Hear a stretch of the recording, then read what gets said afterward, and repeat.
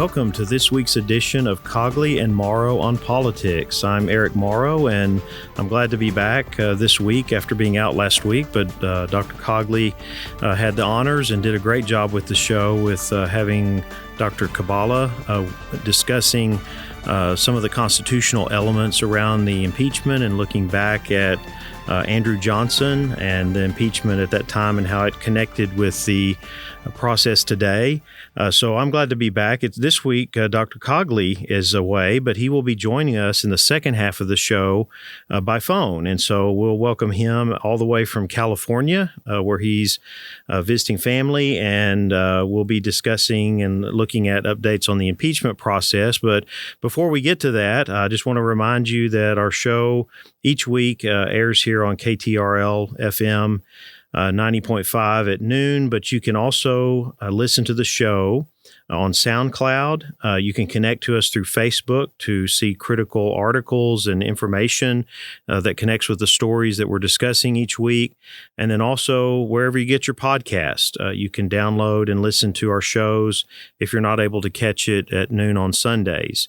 So for our first segment today, we want to look at a related issue to the impeachment process. I'm welcoming to our studio and to the program Dr. Dmitry Perevertailenko, who is a faculty member here at Tarleton State. He's in our Department of Fine Arts. He teaches the clarinet, but also plays professionally, not just in the U.S., but around the world. And but also, Dr. Perevertailenko is from Ukraine and spent much of his life there, and then has done his formal studies here in the United States. And now we're very glad to have him as a part of our university and a part of our fine arts program. But in my discussions with Dr. Perevertailenko, we were connecting and talking about the attention that the media has given in this impeachment process, not just to Ukraine. Ukraine is a word that's being said over and over again in connection with a number of different facets of the impeachment process and the inquiry that's gone into that. But there's also been attention given to Ukrainian Americans. So in this country, we have approximately 1 to 1.5 million Ukrainian Americans, those who have immigrated to the United States, who are citizens here, with many of them living in California and New York. But many Ukrainian Americans also live in Pennsylvania, which the reason Pennsylvania is significant when you're talking about presidential politics is it is a swing state. And it is a state that also President Trump won in 2016 by less than 45,000 votes. So when you start looking at it that way, and you look at a specific community that has a correlation to some of this, you start to think, okay, there might be an impact in the upcoming election, especially when it comes to how Ukraine is being portrayed, how what Ukrainian Americans are perceiving in terms of how presidential leadership and the executive and foreign policy issues are connected with that. So we asked Dr. Perevertailenko to join us today. He keeps up with politics, some of these issues, the Ukrainian American community, and also with his country of origin, which is a way we refer to it. This is an area that I've done some study on, where I've looked at ethno-identity and how that connects with politics in the U.S. in terms of domestic and foreign policy.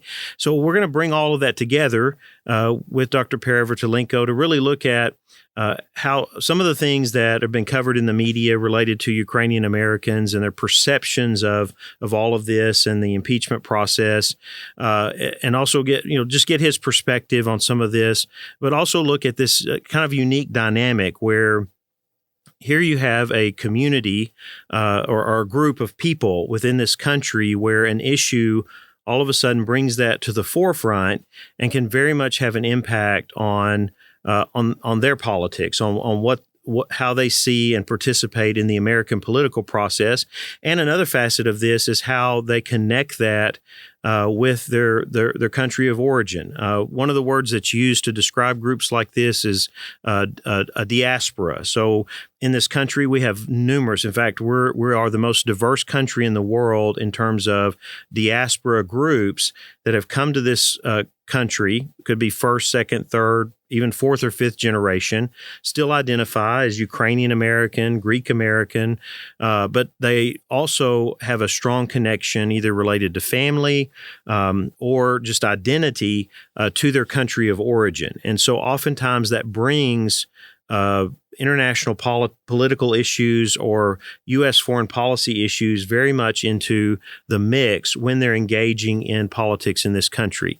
So before we dig into that, I want to welcome Dr. Perevertailenko. Welcome to the show. Tell us a little bit about your background growing up in Ukraine and then coming here for study, but then also your engagement with the Ukrainian American community. I know we don't have too many Ukrainian Americans in Stephenville, but they are here in this country. As we've talked about with some of these articles, there is a very strong Ukrainian identity, and so that has a role in this. But again, tell us a little bit about your background. Hello, Dr. Morrow. Thank you so much for inviting me to the show. So I was born in Ukraine in 1979, which back then was part of the Soviet Union. I was born in the city of Kharkiv, which is the east of Ukraine, and pretty much grew up still during the Soviet times. I was 12 while Soviet Union collapsed, so I still have memories. They're more or less childhood memories. And I did my bachelor in Moscow Conservatory in Moscow, Russia. And then after that, I moved to the United States, to Texas, where I did my master's, my doctorate degrees. And now I live here and work here, teach music in Texas. So that's pretty much my story, briefly. And there is not a huge community, Ukrainian community in Texas, but there is definitely a diaspora. And I know that Pennsylvania has a pretty large population of Ukrainians. And those are, like you said before, either people who immigrated in the last maybe 10 or 20 years, or their parents or grandparents immigrated back in the day. So definitely there is a pretty strong Ukrainian diaspora in the North America, both the United States and Canada. And there's a pretty strong sense of Ukrainian national identity. And of course, the recent events has influenced that quite a bit. So as a Ukrainian American, let's say I can tell you one thing for sure, that how I feel about the recent events and how it's related to events in Ukraine. I feel like Donald Trump, so far, he has still pretty good support of the Ukrainian diaspora. I know a lot of Ukrainian Americans voted for him. But I can tell you one thing for sure. The more he's going to show favorable attitude towards Russia, the more friendly gestures he's going to show towards Vladimir Putin, the less happy I'm going to be with him, and that includes my voting preferences. That seems to be a consensus among Ukrainian Americans with what has happened with the Russian invasion of Crimea and then the conflict going on, and so that you think about this put this in a context of coming out of the Obama administration, which Ukrainian Americans were not so favorable because of Obama's kind of lack of action. But then also, it was interesting to read in some of the comments that were made by Ukrainian Americans that were interviewed about this idea of within associating the Democratic Party or even liberal ideology with socialism. And so that the more that connection is made, that has really pushed many Ukrainian Americans. It could be because of political culture in Ukraine, but then you brought up your experience living under the Soviet Union, right. That brings back memories and really connects with an identity that is very much opposed to that. Pretty much. people who came from former communist countries, they definitely don't want to see any elements of socialism here. And even any mention of, like any kind of social elements that definitely scares those people, scares them off, because they basically ran away from it and they don't want to see it in this country. That I can tell. And it's not just the Ukrainians or Eastern Europeans. I'm sure people of other ethnic origins coming from former Soviet countries, such as Vietnam or Cuba or many other Latin American countries, would probably feel the same way. Yes. Is there so moving then on from that to look at President Trump, and so there's kind of a quandary here as we're seeing here, and I wanted you to maybe talk about this and what you feel in examining or experiencing and seeing this, but then also in the Ukrainian American community. You mentioned Trump's association with Putin, and the more that concessions or engagement with Russia is moving in that direction.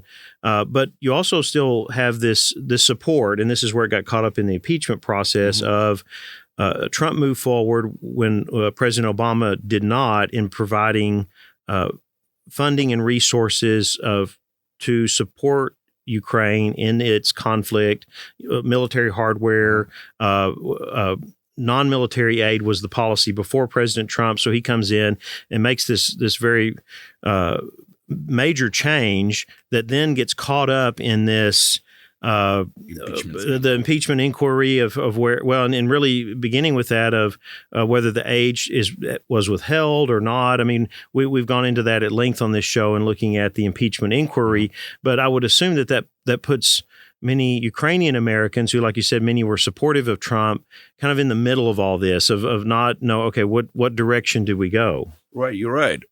Because if we look at Trump's foreign policy and his domestic policy, there's like two different animals. Because in his foreign policy, he definitely expresses a desire to cooperate with Putin and cooperate with Russia. But his domestic policies are pretty much, that's something that a lot of Ukrainians actually support, because they support, I'm sure, the free enterprise and opportunity and moving all the production back to this country. And that's and making America great again. I mean, that's definitely something that a lot of Ukrainians would support. And that's why I'm sure a lot of them still support Trump. And I just hope that pretty much, his words about trying to cooperate with Russia really not going to turn into actions. Because that's definitely going to turn a lot of Ukrainian Americans against him. So in the impeachment inquiry, some of the things that we came out that were associated with Ukraine was, on one hand, this idea of, well, there's corruption there, and the accusations, that the Bidens were involved in it. Some of that was directed more at business interest and not so much the government. There was also the claim that it was Ukraine and people in Ukraine who were involved in the engagement with the past elections, and so trying to influence the outcomes of elections with technology. I think it's very clear, or at least the majority of people across the board accept the fact that this originated in Russia, not in Ukraine. Right. But that still came up, and you still had even senior politicians in Congress that were just wavering back and forth on this. Then you had the Lieutenant Colonel Vindman, exactly, a Ukrainian American who has served in the military, decorated military officer who offered testimony during this process, and he was eviscerated at certain points where you had a lot of negative things. Well, he has dual allegiances and all of this, where again there were much of this was not substantiated, but the challenge there was that it continued to cast a negative image toward Ukraine. And what your thoughts on that, and in terms of its impact on the Ukrainian community, and the response to this? Well, I think that the impeachment scandal is not really about Ukraine. It's about Republicans fighting Democrats, and they just trying to bring as much of dirty laundry as possible, and this situation happened to be Ukraine, and definitely there is a corruption in Ukraine. I mean, I wish I could say that it's not, but unfortunately, that's the reality. But as far as I definitely disagree with Trump really dissing that the war hero Alexander Windman, I believe his name is, and well, I mean, I wish there was more positive publicity about the Ukraine, and I mean, a lot of those claims are actually pretty much more or less inspired by Russian propaganda, especially with meddling with the elections. Because if we remember, that was a big scandal of Russia interfering with the elections, and then all of a sudden, at one point, certain articles started to appear. Oh, it was actually Ukraine meddling with the election, and then it just looks like just a propaganda move, basically, to kind of, oh yeah, let's distract attention from here, let's forward it here. And again, unfortunately, there is a corruption in Ukraine, and that's why it's kind of a easy target. But to be honest, I do not think that. Well, I certainly don't think that Ukraine interfered with elections in 2016 by any means. Most agree with that. That there's not. It's very interesting because as we've discussed all along, the impeachment process is very much a political one, exactly. And so a point sometimes of many arguments is to try to affect public opinion for a political outcome and to get the support that you want, to get that outcome that you want. And sometimes that means taking things like this and things that certainly people don't understand. So I would say that most of our listeners are not very much aware of the Ukrainian American community, of Ukrainian politics, of related issues. Well, that makes it very easy at times for politicians to kind of manipulate that, and both sometimes intentionally, sometimes unintentionally, but they're still trying to get the outcome that they want. And one of the things that I've seen in this, and this is in my study, I've done a lot of work on Greek Americans. When you look at Ukraine and you see the challenges that the country has gone through over the last century, you see really the genocide that happened there as well. And then you look at other countries that are similar in some ways, where immigrants came to this country seeking opportunity. They wanted freedom. They wanted economic opportunity. They come here. They often gather in areas where they can be with people from their same country of origin. They form associations, and there's several related to the Ukrainian American community. Right. Some of those are fraternal and for fellowship. Sometimes it might be around religious organizations as well. But then it's also as we've seen over time, it is about engaging in the American political system, sometimes to lobby for certain issues on foreign affairs, trying to influence the U.S. government and its influence. Sometimes it can be on domestic issues. I wonder if you, in your experience or just your knowledge of the Ukrainian community, what have been some of the primary concerns of Ukrainian Americans when you look at, say, the role the U.S. government has, either both in terms of foreign policy. I know we've already talked about Russia and so on, but there may be more elements of that, and even you mentioned domestic policy. Right. Well, if we just compare in general, let's say political culture in the United States and political culture in Ukraine, those are definitely different because.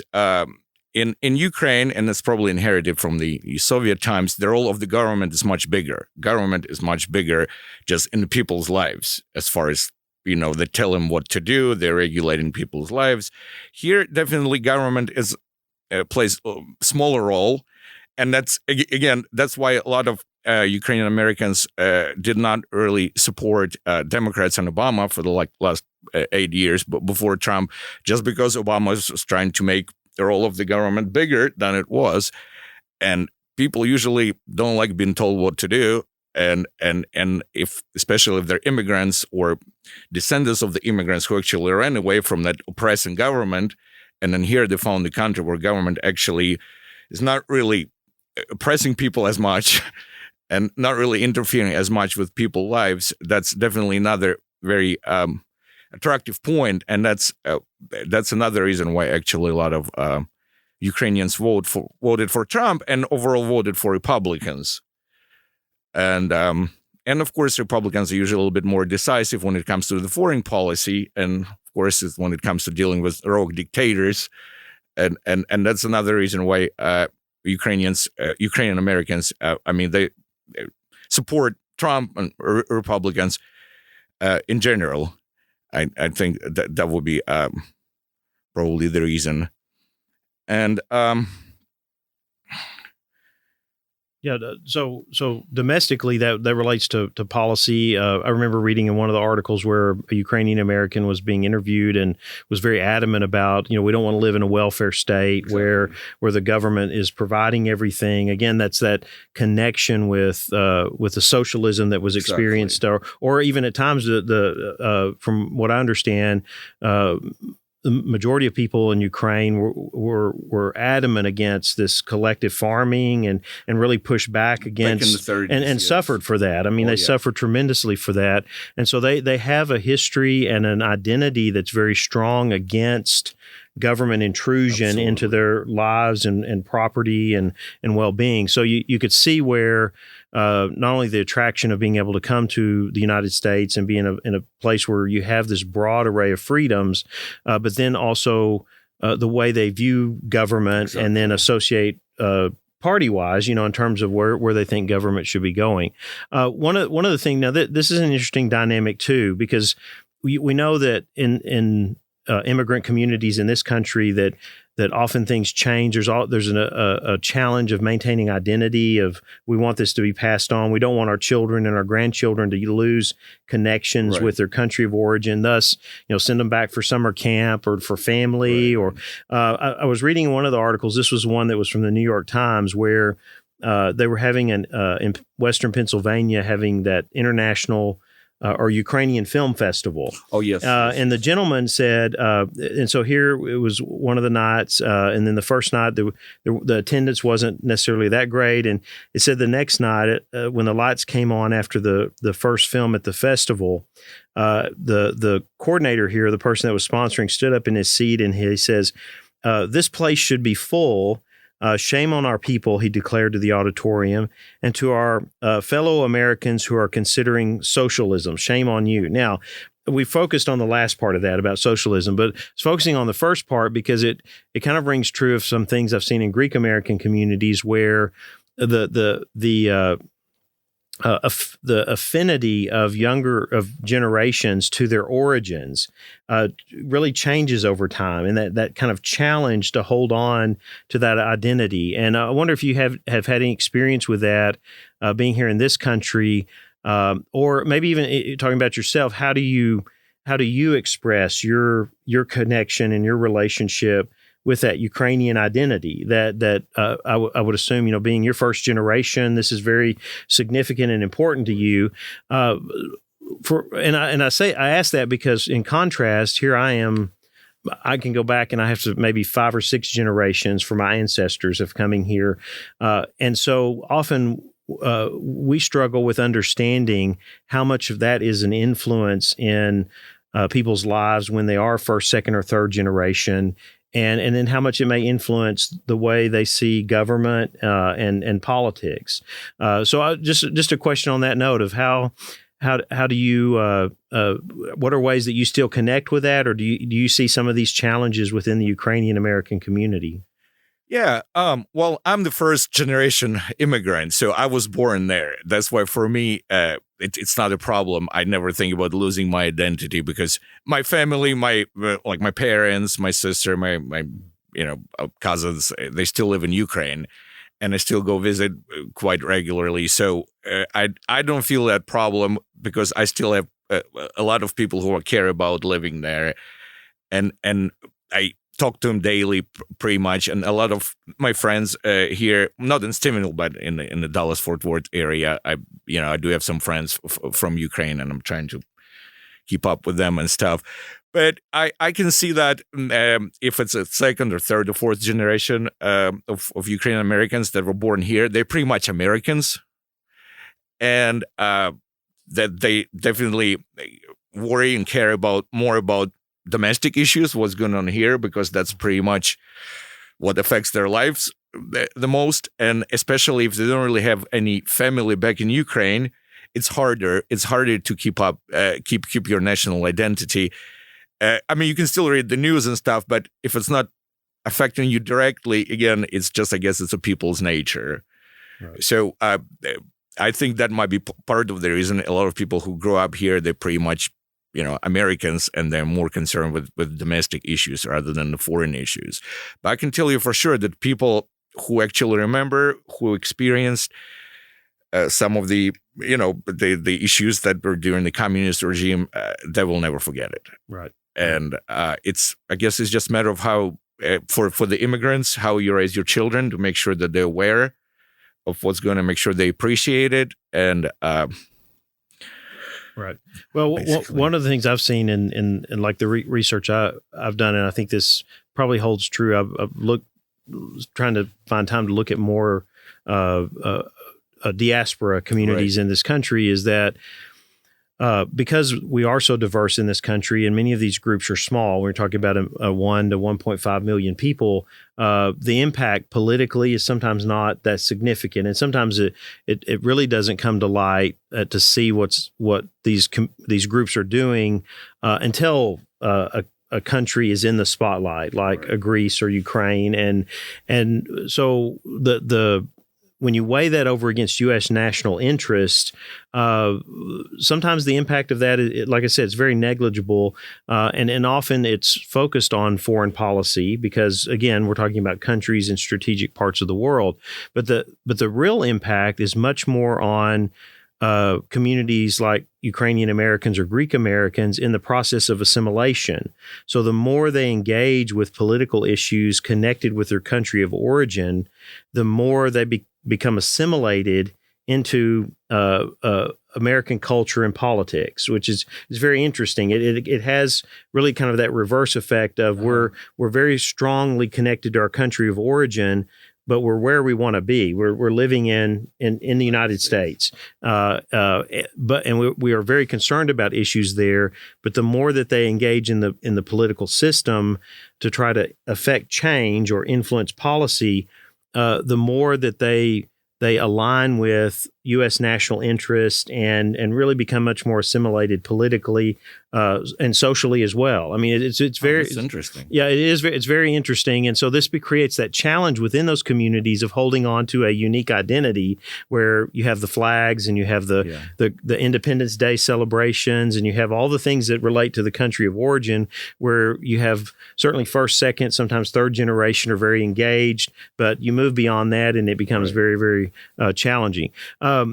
So really in closing here, to get back to our initial issue, what do you think? Do you see any impact of this in the election cycle? Do you see that where Ukrainian Americans are now and at the outcome of this, or does it kind of seem like, well, this is probably going to be old news by then, and Ukraine will kind of fade out of the picture, and the impact of this will go back to being more of how they perceive Trump and what he's doing, and not so much on, okay, well, there may be negative publicity here or attention being given, but we know that's not accurate, and we're still going to go on with where our positions are related to how they see a candidate or politics in the U.S. at the moment.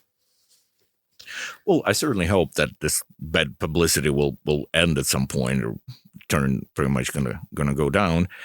And I do believe that in the swing states such as Pennsylvania or Florida, it actually could be something that basically like a decisive factor. And of course, a lot will depend on what's going to happen in the future as far as the political situation, in Ukraine and Russia, because we all follow the news, what's going on, all those gas talks and conflict on the east of Ukraine. I'm not even talking about the Crimea, but the actual east of Ukraine. and there were some negotiations going on lately, and Ukraine has a new president now, and a lot of things I think going to depend on what's going to happen in the future, what Trump is going to end up doing, and I hope that nothing really horrible is going to happen, and I think eventually it'll kind of get back to where it was, and that's pretty much what I think about it. And I hope that Trump will not do any further steps to get close to Russia or justify the Russian annexation of Crimea or anything like that, because that will definitely create a lot of issues and a lot of negative reaction from people of Eastern European heritage, not just Ukrainians.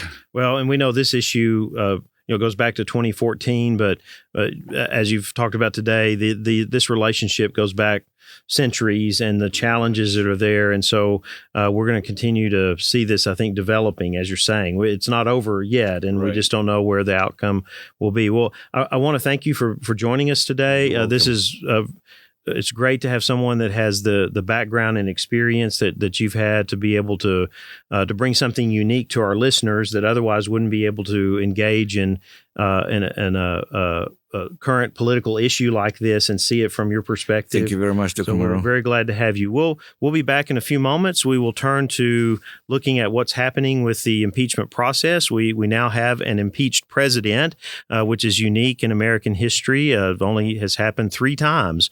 So we'll update everyone on that and look at some of the unique facets of it when we come back. Politics can be confusing, but Cogley and Morrow have your back. Follow them on Facebook. Search Cogley and Morrow on politics to stay up to date with the show and for all of the sources to follow right along. Cogley and Morrow is a production of the Tarleton Radio Network.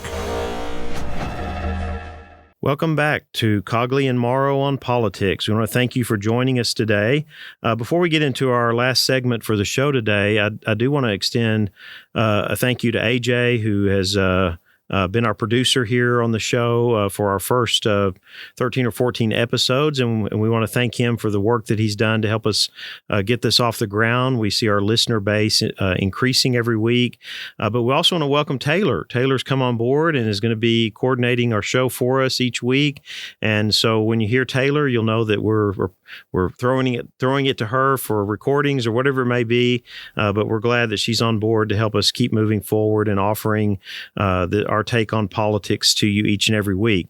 So here's a first for our show. I have on the phone Dr. Cogley from the great state of California.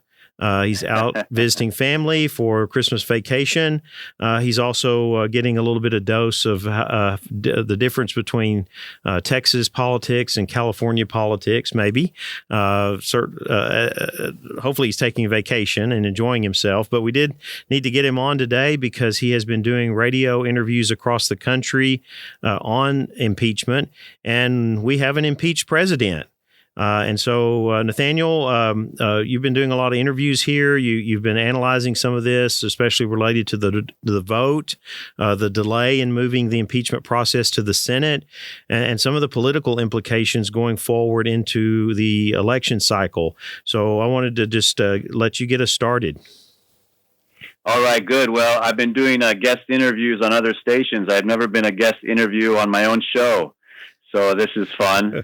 And I want all the Texans to know I'm proud to defend Texas out here in California and say what a pleasure it is to live and work there. So yeah, we have the third president of the United States that's been impeached in the House. We're pretty sure Nixon would have been impeached if he had stuck around. It's kind of a historical moment, but without any really chance of conviction and removal of the Senate, this is symbolic too.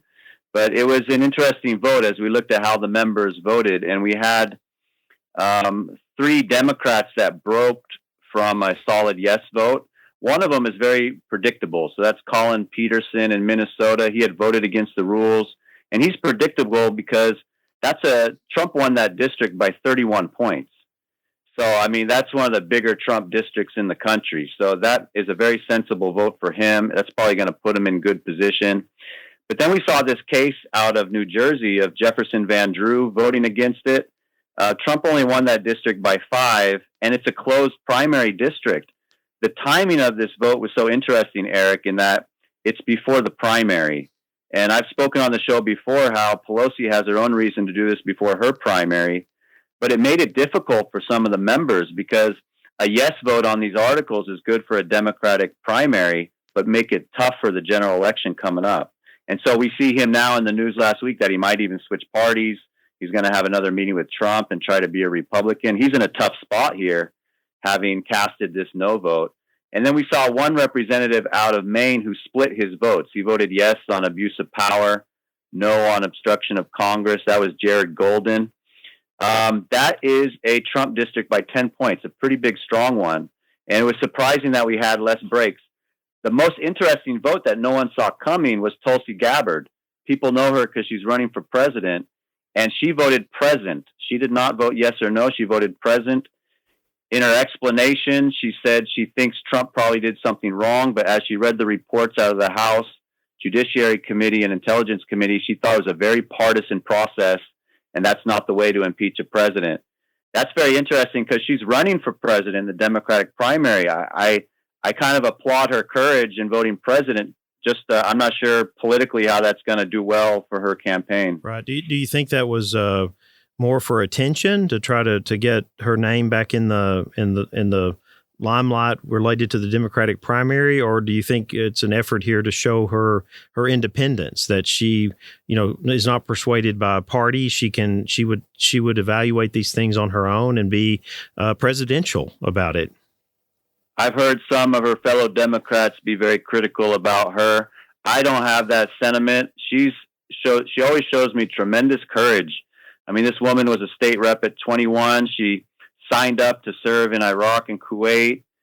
She became a House rep at 32. She had a safe seat in the House, and she's now said she's not going to run for re-election to run for president. She has such level of personal courage and determination, more than me, and it can make for her to make surprising decisions. Having said that, I don't know if this was politically the wisest moves that she's been making, but I think she does have a lot of courage and conviction. So I take her on her word for why she made that vote. Right. Yeah. Well, and looking at the others, I mean, it's very clear to see the reasons for it, and so you really have to tie it to her.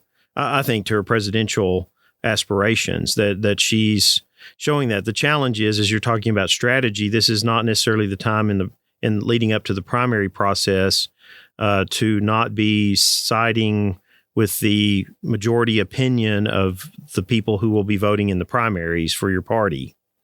Yeah, I just don't understand how this is going to help at least winning the Democratic nomination, right? Because 84% of Democrats support these articles of impeachment, and she's kind of out there on her own, surprising people on the voting day with the present vote. So I just don't know that that's going to result in any more support in the Democratic primary. But it's something to watch. It's a very interesting vote she took. Well, she may use it in messaging. That's going to be interesting to see the messaging in her campaign as to how she portrays this and the vote and her motivations for doing it that way. So we have a delay, or not necessarily delay. It looks like this is being pushed into the new year. I was listening to Mark Halperin of Double Down and of fame, and he was being interviewed by Michael Smerconish the other day, and he was talking about, and he's had this from very good inside information related to the McConnell office, that there was a strategy going into this, that if the articles of impeachment came to the Senate, there was at least one plan of trying to dispose of them quickly, getting this out of the way before Christmas, so that the tide can turn. Everything can then look at the new trade agreement and other things that would be very positive reflection on President Trump. We now know that that's not going to happen. So what's the lay of the land now as we move forward? Well, Speaker Pelosi has said she's not going to resolve the question of who the House managers are. So when this goes to a Senate trial, and none of this is in the Constitution, this is just what's been done in the past. In a Senate trial, the House who has just formally charged the president with impeachment, sends in what's called House managers, so their own team to prosecute the case. The president has his own defense team, and then the senators are themselves the jurors. So part of the process traditionally has been the House will follow up with a resolution on who their House managers will be in that Senate trial. She has announced she's not going to specify that until she believes that the rules in the Senate are quote unquote bipartisan. I have a number of thoughts when I hear this. Number one, I've always said this is going to be hard for them to send it to the Senate. They're very much been interested in controlling this process in the House. Republicans have complained about the House process. And this transferring of control of this thing from the House to the Senate is very difficult. Every impeachment we've had in U.S. history, Eric, has been one party controlling both chambers of the Congress. So it was the Republican Party that controlled both the House and the Senate during Andrew Johnson's impeachment in, I believe, 1868. It was the Democrats had both the House and the Senate in 1974 when the impeachment of Nixon was taking place, although it never reached the Senate. And for President Bill Clinton in 1996, the Republicans had both House and the Senate. So we have never seen an impeachment where the Congress itself is split between the two parties. And we see how even this transferring, we're having some snags, partisan snags in the transfer of control of the impeachment process from the House to the Senate, i.e. the Democrats to the Republicans. So that's been very interesting. I also find it somewhat presumptuous on her part. She questions the president's ability to make his decisions. He's, of course, a Republican president. She did not go to the courts to work out this executive privilege claim, which ended up to be part of one of the articles of impeachment. The Supreme Court is 5-4 Republican appointees. The Republicans have 53 on the Senate. She's now questioning their ability to come up with their own rules for their trial. But when she came up for the rules of the House trial, she didn't allow any input from any other branch. So she's controlling her chamber entirely and questioning the ability of these other important institutions in the federal government to make their determinations.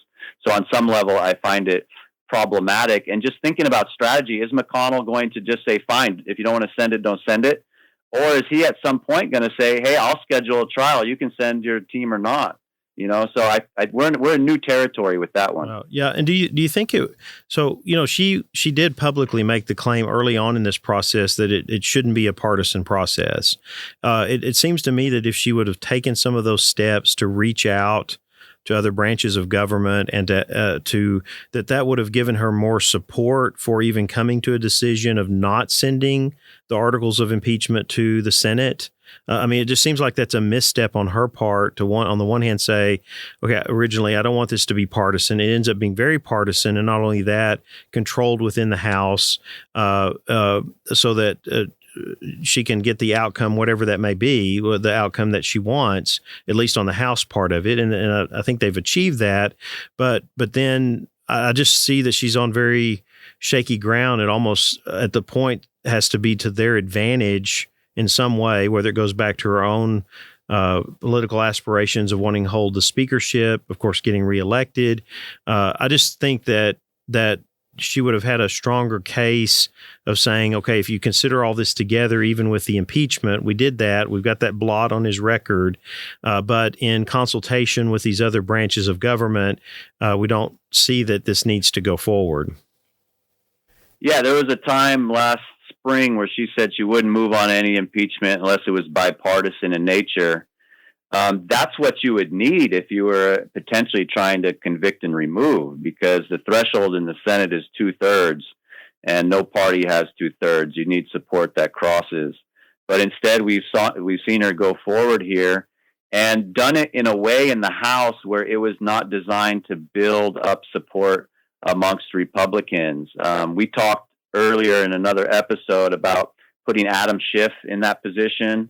He's also from a very big Democratic district. Jerry Nadler in that position. All the chairmen of those committees are from New York City, Los Angeles, San Francisco, or Massachusetts, from very Democratic areas. And they've been pushing forward here in this manner, so that's problematic. And now her request, so she's done rules that have not been seen by the Republican side as bipartisan. They've complained the whole time. And now her request to McConnell, he needs to work with Schumer to come with some bipartisan rules over there.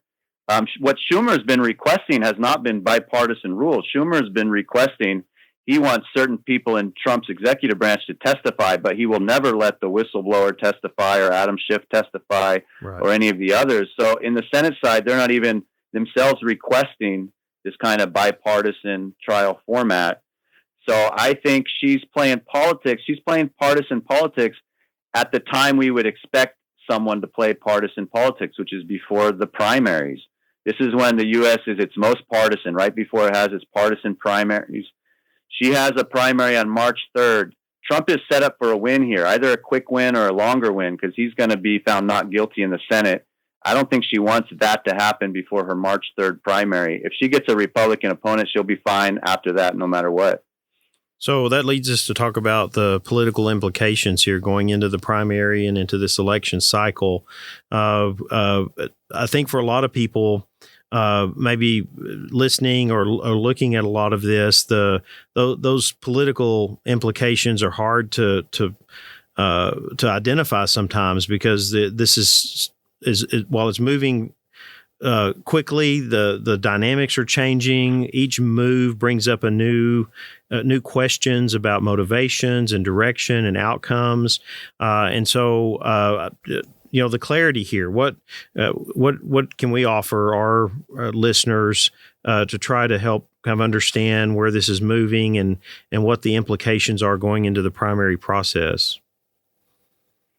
Yeah, so we just seen the House take its vote. And in Democratic districts, this is a very popular vote. And the timing of this was very difficult for Democratic members from Trump districts, because the good vote for their primary is a yes, because the Democratic Party, 84% of Democrats want a yes. But if they're in a Trump district, that's a tough vote come the general election. So they're in this situation where they still have 2 steps to win re-election. And they got to do a vote that's good for one step, not good for the other. But not all these districts are the same. So we talk about a Trump district. There's some districts Trump won by 1 point. So it's barely a Trump district, So that might make someone less worried about casting a yes vote on articles of impeachment. Some of these Trump districts are by 10 points, 15 points. That's a very difficult vote. And then also the rules, Eric, in the Democratic primary, I think are important. So in a closed primary, you're only asking fellow Democrats who the nominee is going to be. And so some of these Democrats seeking re-election are about to face a vote by only Democrats. But 12 of these 31 districts are open primary states where someone can maybe get their nomination of their party with independents and Republicans crossing over to vote in that primary. And that would make it a little more difficult. But I've kind of gone through this list of 31 Democrats from Trump districts. One of them is going to try to be a Republican, as we talked about, Jefferson Van Drew. So that leaves about 30. But there's some of these are very difficult situations. You're looking at first-term congressmen in solid Trump districts who just voted to impeach the president that the district selected 4 years ago. And when they won their seat in 2018, Trump wasn't on the ballot. So all those Trump supporters didn't show up and vote. So we have some members like Alyssa Slotkin in Michigan. That's a Trump district by 7. She's first term. Andy Kim in New Jersey, first term, Trump district by 6 points. Xochitl Small in New Mexico, Trump district by 10, first term. Max Rose, Trump district by 10, first term. I get like 10 of these. Anthony Brindisi, Trump district by 15, first term in New York. The Republicans were already going to gain seats in the House just because we are coming into a presidential election year. Opposition does really well in midterms. We're coming into a presidential election year where Republicans will show up in better number. They're already going to gain some of these seats. But now that some of them took very difficult votes, they're going to gain even more. The question is, can they actually get control of the House? That hasn't happened since 1948, that a president gained a House. They usually lose them and never get them back. So I still think that's unlikely that the Republicans will gain the House, but it's it's now plausible, if not probable.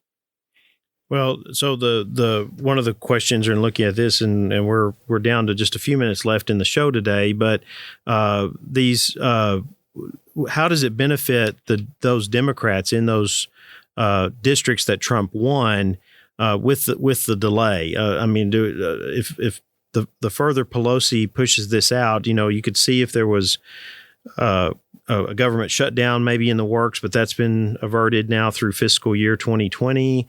Do you see that this is all about the primaries, or does the longer this is delayed, could it might benefit her, but it's going to have more of an impact on these Democratic representatives that are in districts that Trump won? The delay politically is very interesting. Trump's going to have a win once the Senate conducts its trial and ultimately votes on that.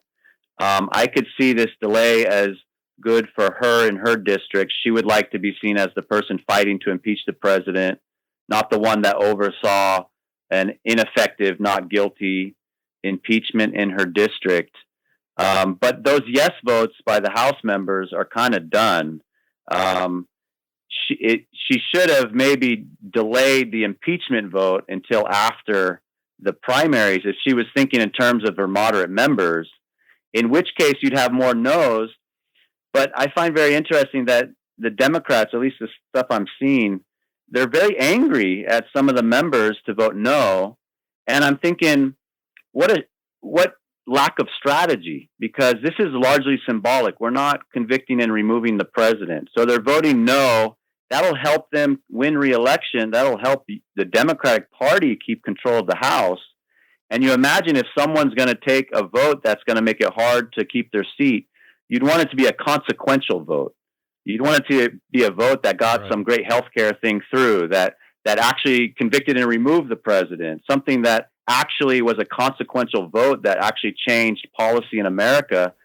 You'd want someone to take a really dangerous vote like that. But if the best thing the Democrats have going is the House of Representatives, and they're putting their most moderate members from Trump districts in a very difficult situation, there's just not much strategy there. That's passion, but not strategy. And so this delay, I think it's really interesting. What's McConnell's reaction going to be? Because he doesn't feel like Pelosi is going to dictate to the Senate what to do. And I'm sure if she tries to drag it out too long, McConnell will come up with some sort of plan. And I think the question will be, is the Chief Justice on board with that plan or not? Because if he shows up for a trial and her team doesn't, I think they'll have a case that they're just choosing not to show up. Well, thank you. That's great analysis, and we appreciate you listening to us today on Cogley and Morrow on Politics. Join us each week right here on KTRL FM 90.5 at 12 noon, and we'll look forward to being with you again on next week's show. Thank you. This has been a Tarleton Radio Network podcast with production from AJ Heyer and Taylor Welch. Find more great shows by searching Tarleton Radio Network wherever you get your podcasts.